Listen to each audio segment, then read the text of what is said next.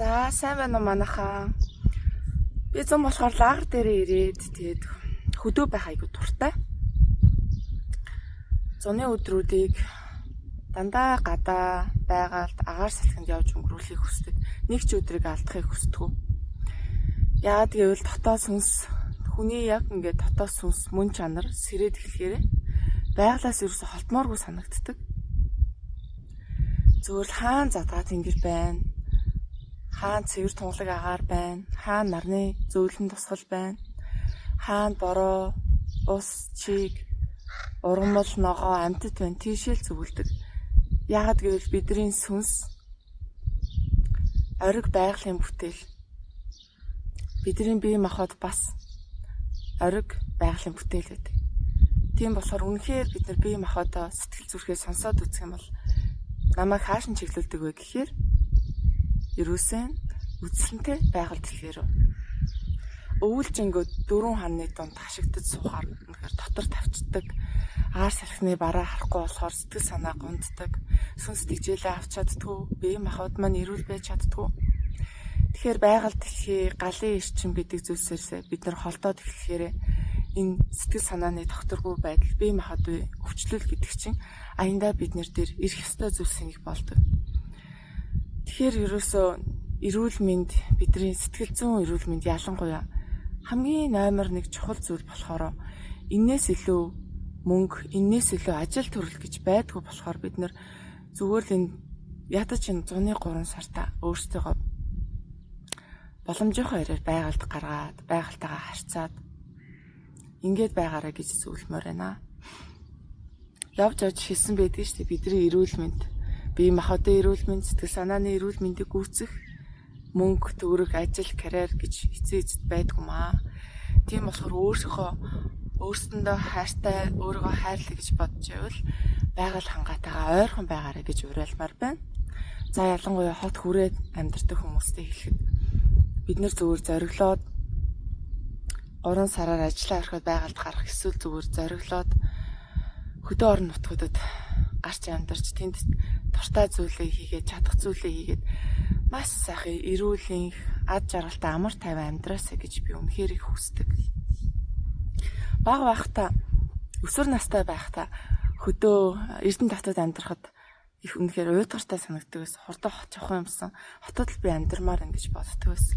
Гэтэл одоо болохоор би ямар азар нь байгальтайгаа ойрхон газар сонгож төрсөн бэ гэж өөртөө их баярладаг.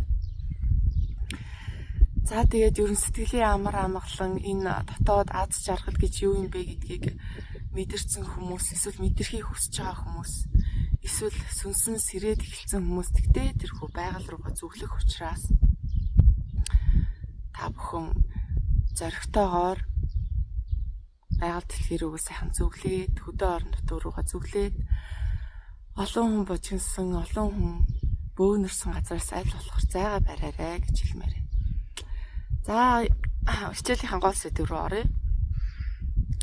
Сүнсний хүч чадал гэдэг маш агуу зүйл байдаг. Бид нэр өөрсдийнхөө сүнсийг хичнээн ямар их агуу гэдгийг ерөөсөө төсөөлж чаддгүй. Бид нэр олон гоё уран зөгнөлт кино үздэг. Онцгой супер хүч чадалтай хүмүүс, онцгой хувь тавилан, уран зөгнөлт гихчлэн тэрэн дээр болохоор сүнсний хүч чадал, бие махбодын хүч чадал гэх асар гоё хизээч санаанд багтаж байгаагүй тийм зүйлсийг үзүүлдэг л дээ.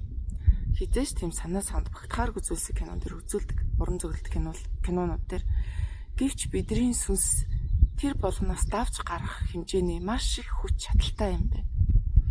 Үүнд итгэх хэрэгтэй. Бид нар бодсон зүйлээ тэр даруйда бүтээх хүч чадалтай. Бид нар бие махбодоо богино хугацаанд өөрчлөх хүч чадалтай. Бид нар хүссэн зүйлдээ шилжиж, хүссэн зүйлээ дуудаж, хүссэн зүйлээ бүтээх хүч чадалтай. Энэ гайхамшигтай хүч чадал болгон сүнсний хүч чадал юм аа.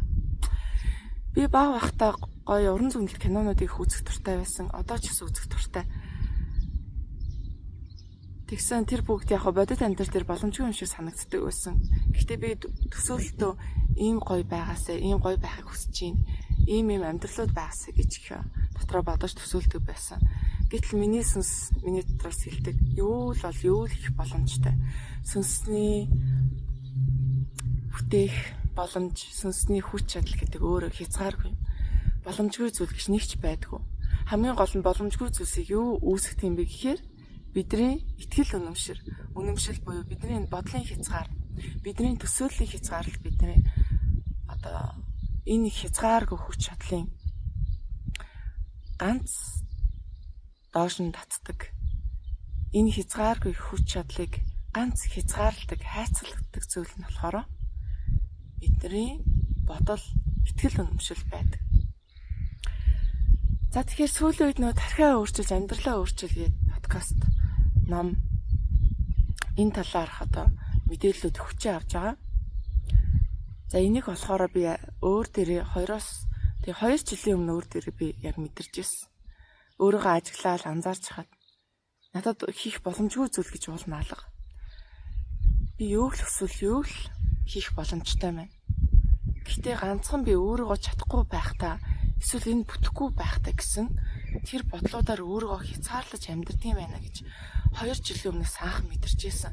Гэхдээ яг бодит байдал дээр хэрэгжүүлэхэд бодит амьдрал дээр би зориглоод энэ тархины хязгаараа давъя гэж бүрэн сүнсний голд ортлох ухамсартал бас дахиад нэг жил хэрэг болсон. Тэгээд би бодож явсараа нэрээ би яагаад энийг хийж чадахгүй гэж. Би ерөөсөө тархины хязгаарлалт өөрийгөө хязгаарлаад байгаа энэ төгжээ. Энэ бодлын төгжээ хайрцагталтаас гарыг гэж баг гарч эхэлсэн. Тэгсэн чинь амьдралд үнэхээр олон сонирхолтой зүйлс тохиолдож эхэлсэн. Амьдрал үнэхээр баялаг юм байна гэж ойлгож эхэлсэн. Өөртөө итгэж эхэлсэн. За тэгээд миний сүнсний хүч чадал хязгааргүй юм байна гэж саяхнаас бүр илүү их мэдэрч эхлэхэд байгаа. Бидний дотоод сүнс зүүн савнгоор телепат харилцаагаар дотоод мэдрэмжээр бид нартай харилцдаг. Чамд хязгааргүй их боломж байгаа. Ийм юм гой сүнсний чадвар байгаа. Өөртөө итгэе гэж байнга хэлдэг. Дуртай зүйлсээ хий, хүсэж байгаа зүйлсээ хий. Сүнснийхаа дуудлагаа сонсоо гэж бид нарт байнга хэлдэг. Гэхдээ бид нарыг олон зүйлс, биднийг олон бодлууд, олон уяа хүлээсүүд бидний сүнсийг хүчийн минь дарж байдаг. За жишээлбэл айдас биднийг гол дарах, биднийг хүчгүүрүүлдэг, бидний хүч чадлыг соржуудаг хамгийн гол зүйлс айдас байдаг. Санаа зовлтууд байдаг, бухимдлууд байдаг. Бид нар багаасаа дандаа ямар нэг юм санаа зовж өссөн. Наазах нь ээж аав юу гэх болоо, ээж аав одоо намайг загнана да ч гэдэг юм уу. Эсвэл багшд би яах болоо, яаж өнлүүлэх болоо. За одоо ингэ хэлчихвэл намайг загнах бах та. Ингэ хэлчихвэл намайг доромжлох бах та ч гэдэг юм. Ерөөсөө дандаа айдас энэ бодлын уяа хүлээсэнд бид нар цэцэрлэгт байхаас эхэлж хүлүүлж ирсээ. Эргэн тойрон найзууд минь намайг юу гэж бодож олоо. Би царай муутай болоо. Би эднэрт таалагдах болоо. Эдгээр натаан тоглох болоо ч гэдэг юм. Ингээл ерөөсөө бусад хүмүүс намайг юу гэж бодох бол, бусад хүмүүс намайг юу гэж загнах бол. Яах вэ гэсэн асар их айдас, асар их бодлын уяас хүлээсэнд бид нар хард нялхаараа ингэж ордог. За энэ хүлээсүүд тэгээд харамсалтай нас нэмэх тусам ихсдэг. Өсвөр наснд орохоор би бусдаас царай муутай болов, би бусдаас давуу талгүй болов, би бусдаас илүү авяас чадваргүй юм болов ч гэдэг юм уу. Ингээл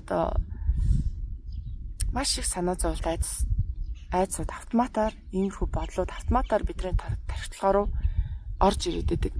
Яагаад автоматар гэхээр аргагүй. Бид нар дандаа тийм өөртөө ижилхэн айдастай хүмүүсийн дунд өсч тонож байгаа учраас бусад хүмүүс нийт массын тийм айдас санаа зовсон байлууд тэр эрчим энерги бидний сүнс рүү халтаж орж ирдэг. Бидний тархитлогоо руу халтаж орж ирдэг. Ингээд бодохоор бид нар өөртөө адилхан итгэл үнэмшилгүй болсон, айдас төгшөлттэй болсон хүмүүсийн дунд амьдрахаар яалтчгүй тэр нөлөөнд нь автаж эхэлдэг л дээ. За тэгээд дээрэс нь биднэрт урам зориг итгэл өгөх хүн эргэн тойронд минь харамсалтай нь бас тун цөөхөн байла. Зарим тохиолдолд бүр байхгүй байла. Яагаад гэвэл өөрийнхөө тэр итгэл үнэмшил, өөрийнхөө асар их хязгааргүй тэр боломжийг олж нээж харсан хүмүүс цөөхөн байдаг. Тэдгээр хүмүүс агуу амжилтуудыг бүтээж чаддаг. Тэдгээр хүмүүс хүссэн амьдралаараа амьдарч чаддаг. Гэхдээ тийм цөөхөн байдаг учраас бидний эргэн тойронд бараг байдгүйтэй ижил төвшөнд учраас нийт энэ массын нөлөөлөл бид нэр автчихдаг. За тэгээд цаашлаад насанд өсвөр наснасаа цаашлаад насанд хүрнэ. Хүнтэй суух болдог. Энэ хүн намайг таах болоо, таахгүй болоо. Энэ хүн намайг хайрлах болоо, хайрлахгүй болоо. Эсвэл маш гоё дурлалт, маш гоё хайр дурлалтай бид нар учирдаг. За тэгээд хайр дурлалтай уулзраад маш гоё байж байхдаа дараагийн санаа зовох асуудлууд маш төрөхгүй хугацаанд орж ирдэг. Би энэ хүн жинхнээсээ хайртай болов. Эсвэл энэ хүн надад жинхнээсээ хайртай болов.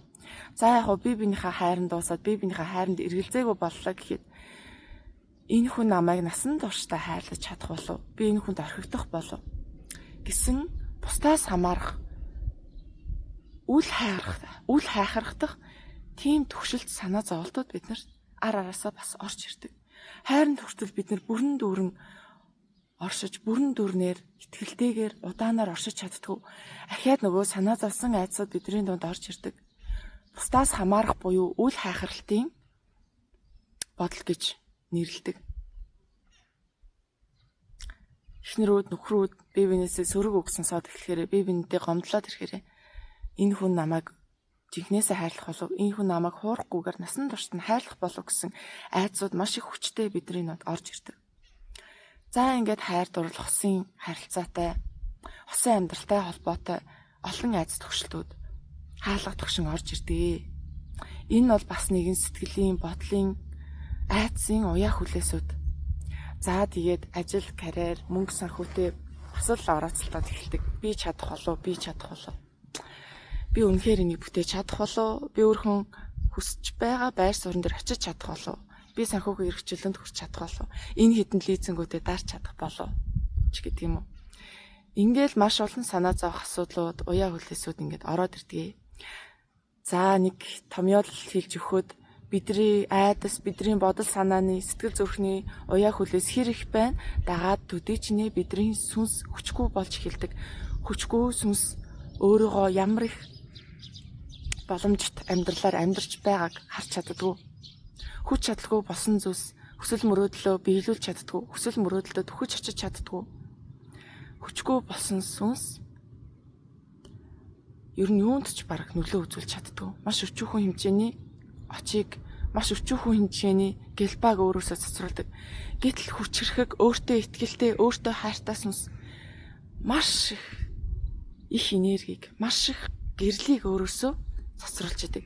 Энэ үедээ тийх тухайн сүнсэнд хийж чадахгүй зүйл гэж байдаггүй. Энэ үедээ тухайн сүнс хүрэх боломжгүй зүйл гэж байдаггүй маа. За ингээд бид нар багаасаа ахуулаад энэ хүсэл мөрөөдөл, энэ гой уран зөгнөл, энэ гой хүч чадлаасаа хагцаж эхэлдэг, даруулж эхэлдэг. Гой сайхан зүйл ярьсан хүмүүсийг үлгэр ярьж ин гэж боддог. Бид нарт хязгааргүй хүч чадал байгаа гэдгийг ярьсан хүнийг сонсоод итгэл төрж өгдөггүй хэмжээнд очтгоо харамсалтай.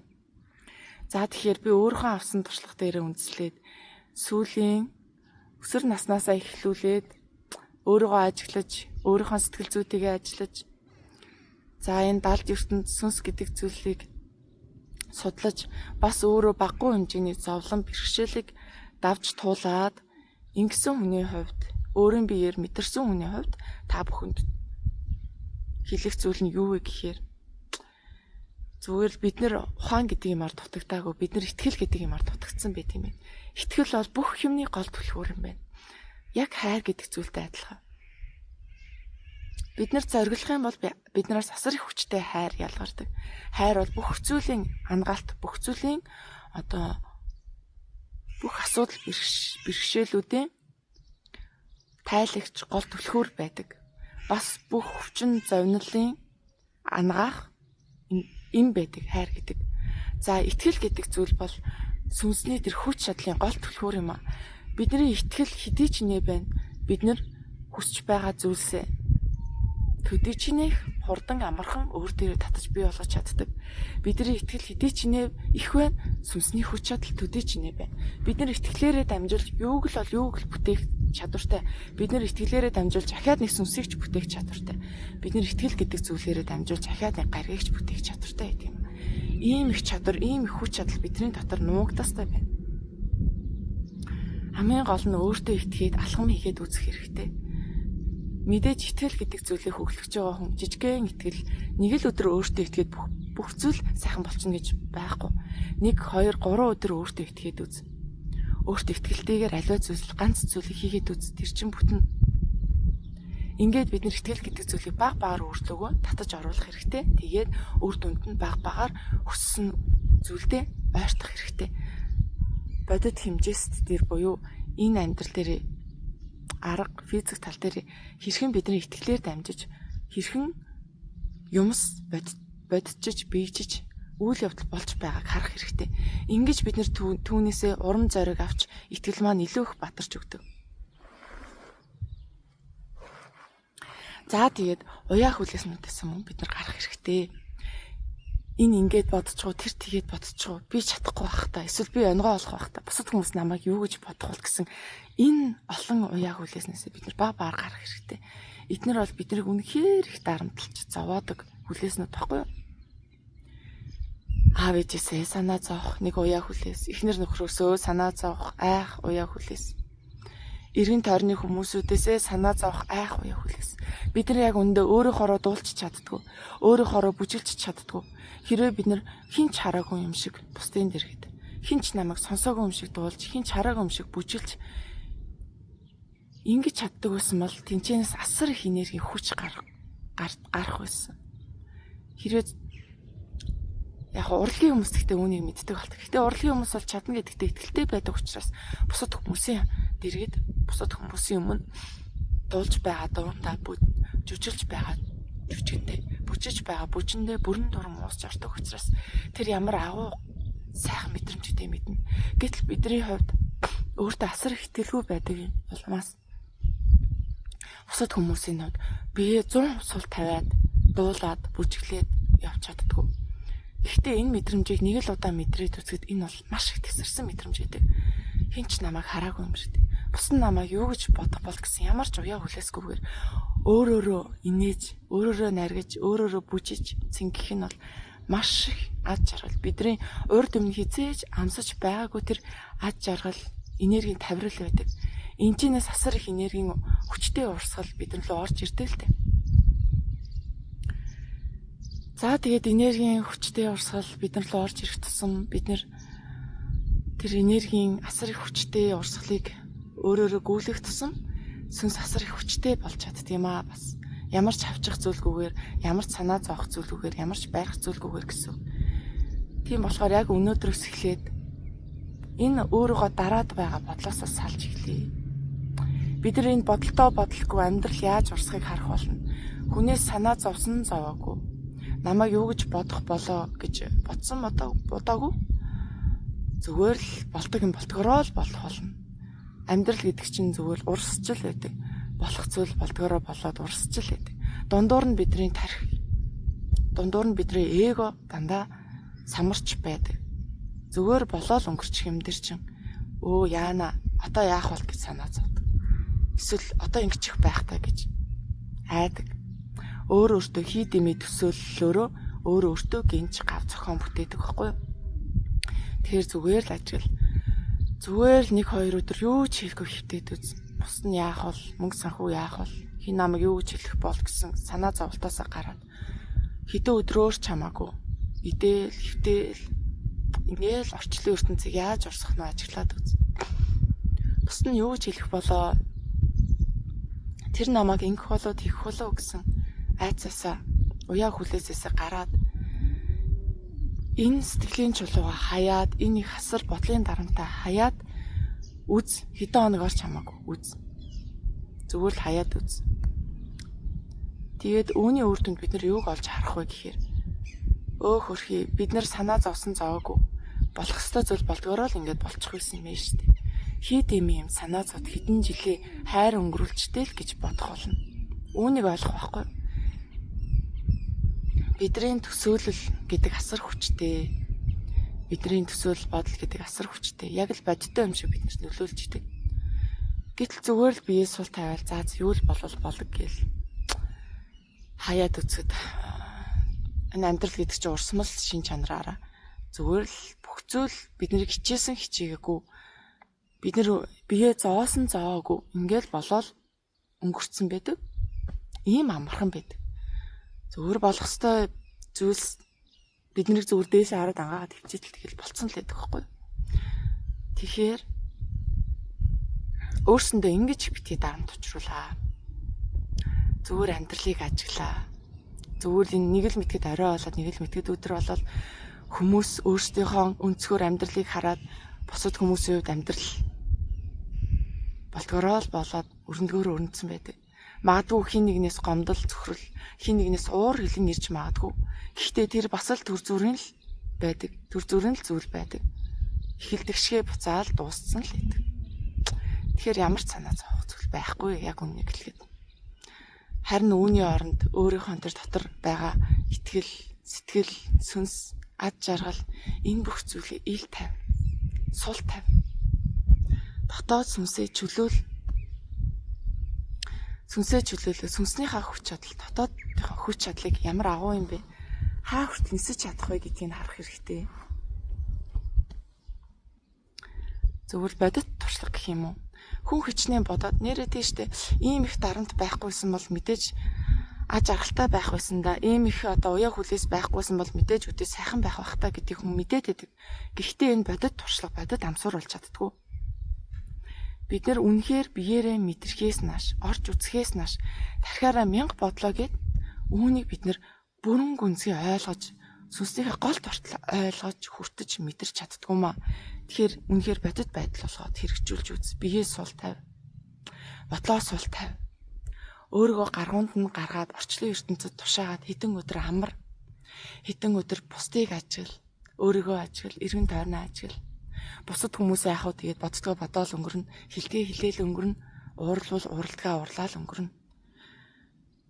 Энэ бүхэн чинь зүгээр л маш энгийн хялбархан зүйл байхгүй юу? Тийм болохоор уяа хүлээснээсээ гарцгаа хідүүлээ. Өөрсдөө дараад байгаа энэ хэрэггүй бодол, хэрэггүй төсөөллөөсөө гарыг. Яг үүндээ амьдралд бидний бодсон шиг тийм хэцүү зүйл байдгүй амьдралд.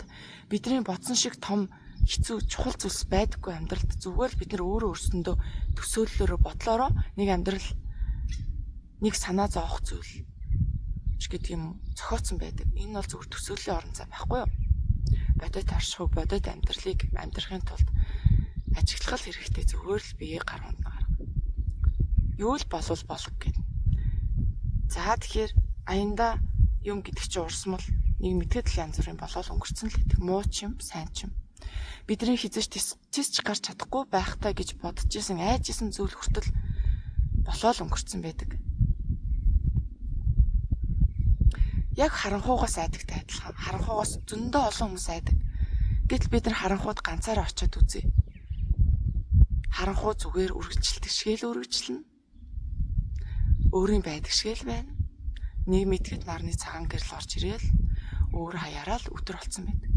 Гэтэл харанхуугаас айх зүйл өмнөдөө биднэрт юу ч байгаагүй байж таардаг. Зүгээр л бид нар төсөөллөөрөө харанхуугаас айн гэсэн зүйлийг өөртөө хөдөлсөн байдаг. Гэтэл харанхуу бол зүгээр л урсмал зүйл. Энгийн зүйл байдаг. Айх ямар ч айх зүйл биднэрт байдаггүй яг үнэндээ. Айдас бас л төсөөллөөр орж ирсэн байдаг. Тэгээл нэг шөнийн харанхууг даваад гарсны дараа үүнд ямар ч айх зүйл байдгүй юм байна штэ гэдгийг бид нар мэдэж авдаг байхгүй юу? Яг үнтэй адилхан. За тэгээд бүгдэнд нь урам зориг итгэл өгье. Бид нар асар их хүчтэй юм байна. Бид нар асар их итгэлээр дутагдсан байт юм байна. Үүнийгээ сайхан хүлээн зөвшөөрье. Асар их уяа хүлээс дарамтын донд бид нар орцсон байт юм байна. Энэ гав гинжнээсээ баг багаар сулрая. Айхаа болий, санаа зовхоо болий. Сайхан гүнзгий амьсгаа аваад биеэ суллаа. Өдөрт дор хаяж 3 удаа.